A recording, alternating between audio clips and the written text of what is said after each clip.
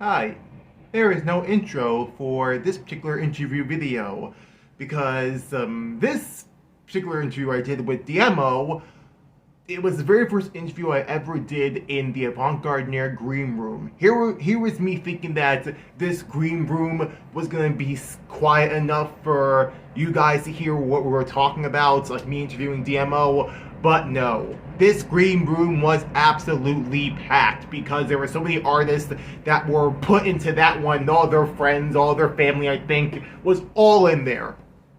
From Bensley to Nick P to Blank. A lot of people who were, in the drum and bass takeover in Deadbeats NYC. So, a majority of the interview I listened to over and over again thinking there's any way I'd be able to fix this. There's no way. I didn't know how. It was so loud that you could barely hear me, and I'm a pretty loud guy, and you can't hear DMO's answers to my questions.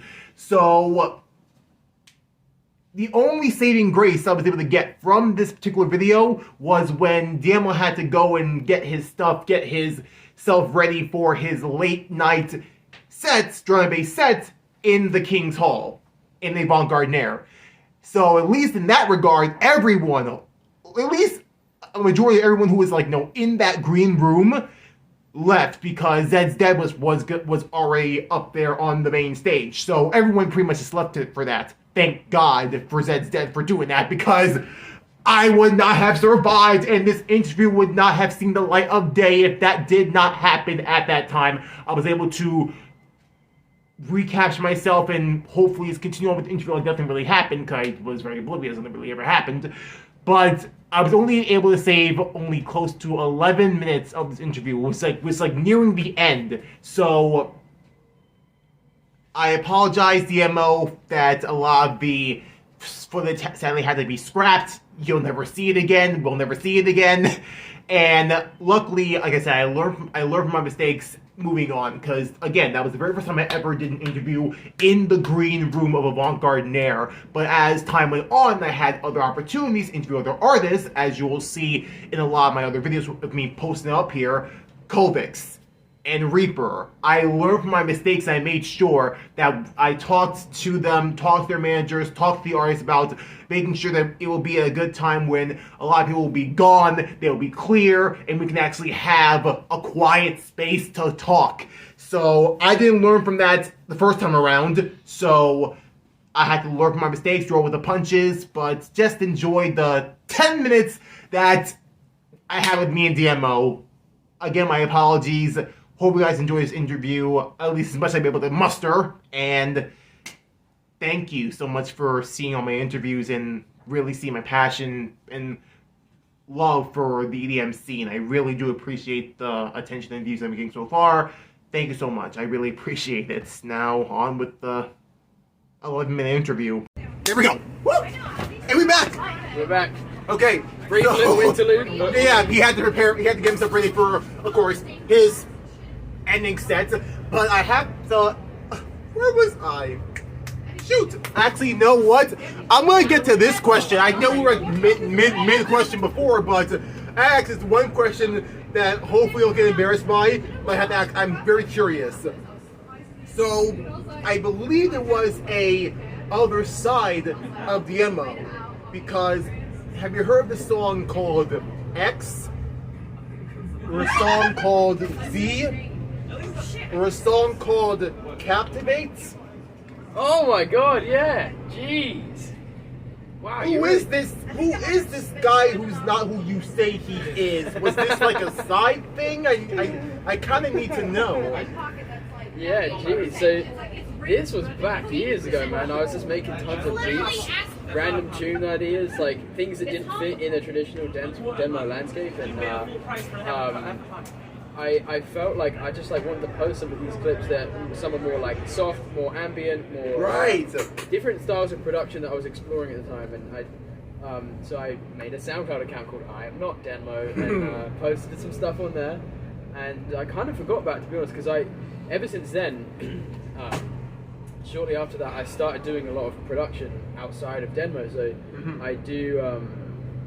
It is something not a lot of people know, but I do a lot of pop, rap, R&B production and other things like that for people. So like for other artists, for like things like radio stuff and wow, just kind of all over the spectrum. Really, I love producing for rappers and singing like big pop singers and stuff, and that's kind of like takes up half my time. But I'm curious to know. I mean, like some of the stuff we heard in that SoundCloud account, I believe I said to myself, why isn't some of this or this other side of DMO not like a part of like what ZZ is recently creating, which is altered states? Like they released their Catching Z's album. I mean, the recent song is fitting on that side of them, which is called "I Took a Ride," and it's absolutely beautiful. So I thought, you making stuff like this, why not maybe embrace that? Did you think of maybe embracing that side of ZZ's label or not? Because I made those songs were made and posted long before Altered States was a thing, I think, and I guess I've just been like so busy finishing other records and kind of finding a way to make these things consumable that I've kind of forgot really. But I have, and when I say hundreds, I mean hundreds of beats just sitting around collecting dust, all in that. And I think some of it is kind of my best work as Aiden as opposed to Den, where like outside of an electronic circuit, it's some of my real favorite work, and so I think in time Altered States would be a good move. I think we could definitely put some songs on that. I feel, and if you if you want to take the credit, you can. I just wanted to implement the plan in your mind because I love hearing like other sides of certain artists, but I feel like it's kind of very experimental. So I thought, okay, it's something that was so amazing, it was so good. I thought maybe, just maybe, it could maybe with what ZZ's doing, it could have a revitalization. It could be a revival of that. Oh wow, I use the word revival. It could be a literal DMO revival of that side because right, yeah, but I feel like so it might be in the works. Like that SoundCloud might be given new life. We'll get the AEG. We'll just clear and just bring it back. I would really appreciate that because it's some. I hear the songs like I hear the potential. I hear like the beautifulness needs in every track, even though how short or how long it is. So I keep thinking to myself, it's something that is so beautiful. Why give it up?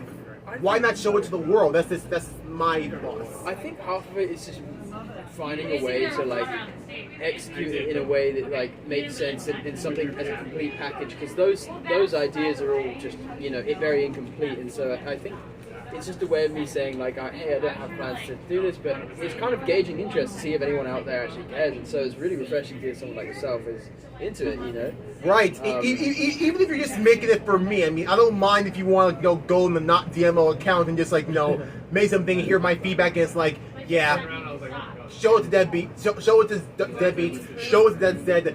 They're gonna have a place for it. I mean, I might see a lot, but it's like if you want someone to get some feedback on that, I'd be more than happy to be that guy who actually airs. Yeah. But that would be amazing if it does revitalize. So I'm just putting that thought in your mind. Take it or leave it.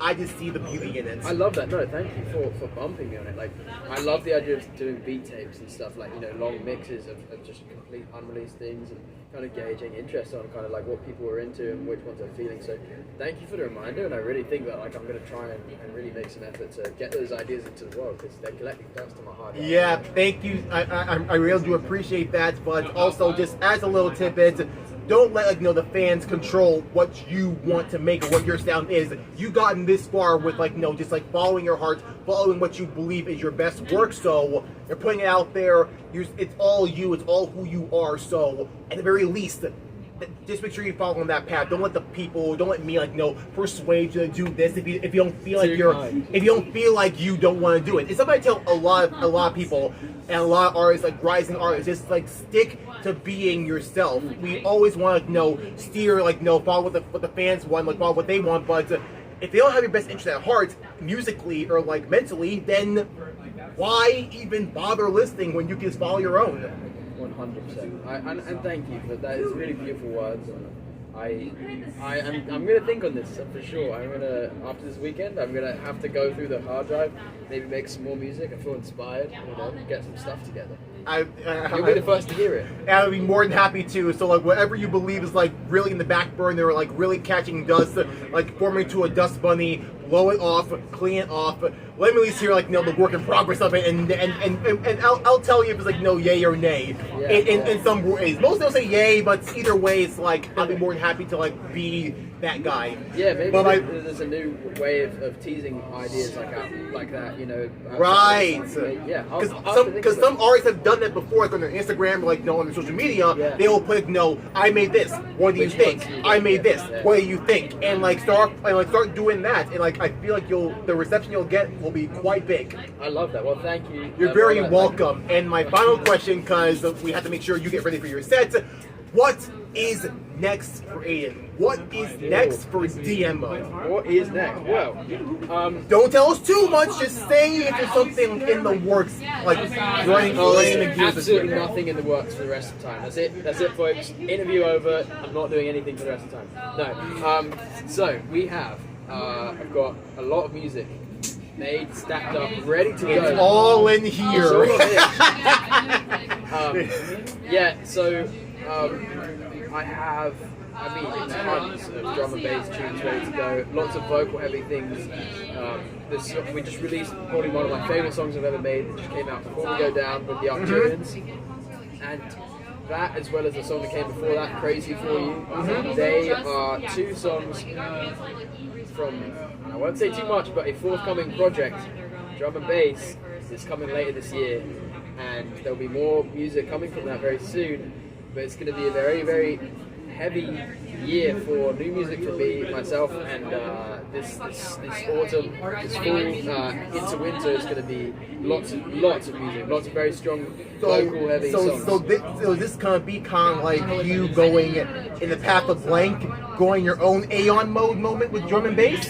Yeah, I would say so. It's like I'd say it's more so kind of the direction I'm taking full time. I feel like. Wow. For now, at least, you know. That is something I cannot wait to hear, and like, well, like with the Arcturians, like, are gonna like maybe make more stuff with them, because it seems like they're the ones you go to when it comes to drum and bass. Okay, well, I'll say one thing. I have probably 6, maybe 7 more songs of the Arcturians in the works. We've got maybe one more on this upcoming project, and we make a lot of music together. That's all I will say. Oh yeah, that's all you're gonna say. I don't want to ask anymore because I feel like, oh my god, 6, 7 more with the. Okay, just get to work on that. Get to work on that, because oh my gosh, that is gonna be absolutely incredible. I can't wait to hear all those songs and what's gonna be coming up next. So hopefully, I like really inspire you to maybe continue on a few other projects, but keep on doing you and keep on doing what you're making, because what you're doing so far in the beginning of Deadbeats to where you are now is nothing short of incredible, nothing short of amazing. Just know how much we all truly appreciate you, not just me, but all the other people out there who are going to be hearing your incredible work, your incredible songs. I would not say any of this if I did not mean it from the bottom of my heart. You started this when you were like, what, 4, 10, 12, 16 years old. And look at you now, already just like making the most of it. I am so proud of you, and I'm so happy that this worked out for you. The future is bright. The future is speaking bright for DNMO. Do not forget the name. Do not forget Aiden. Do not forget DNMO. This man is going places. Here, there, and everywhere.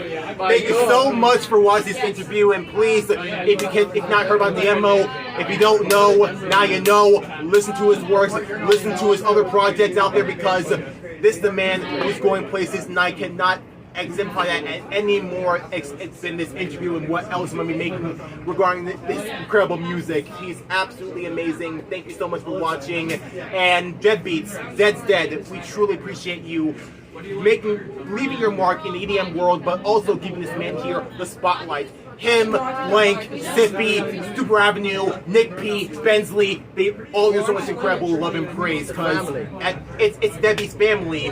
And at least someone like me wants to just highlight that family and how talented every single one of them are. So that's the least I can do in what I'm doing here. So thank you so much for watching the interview. Never forget DNMO. Never forget That's Dead. Never forget Deadbeats. This is Limbo Jr. signing out. Peace. Thank you for having me.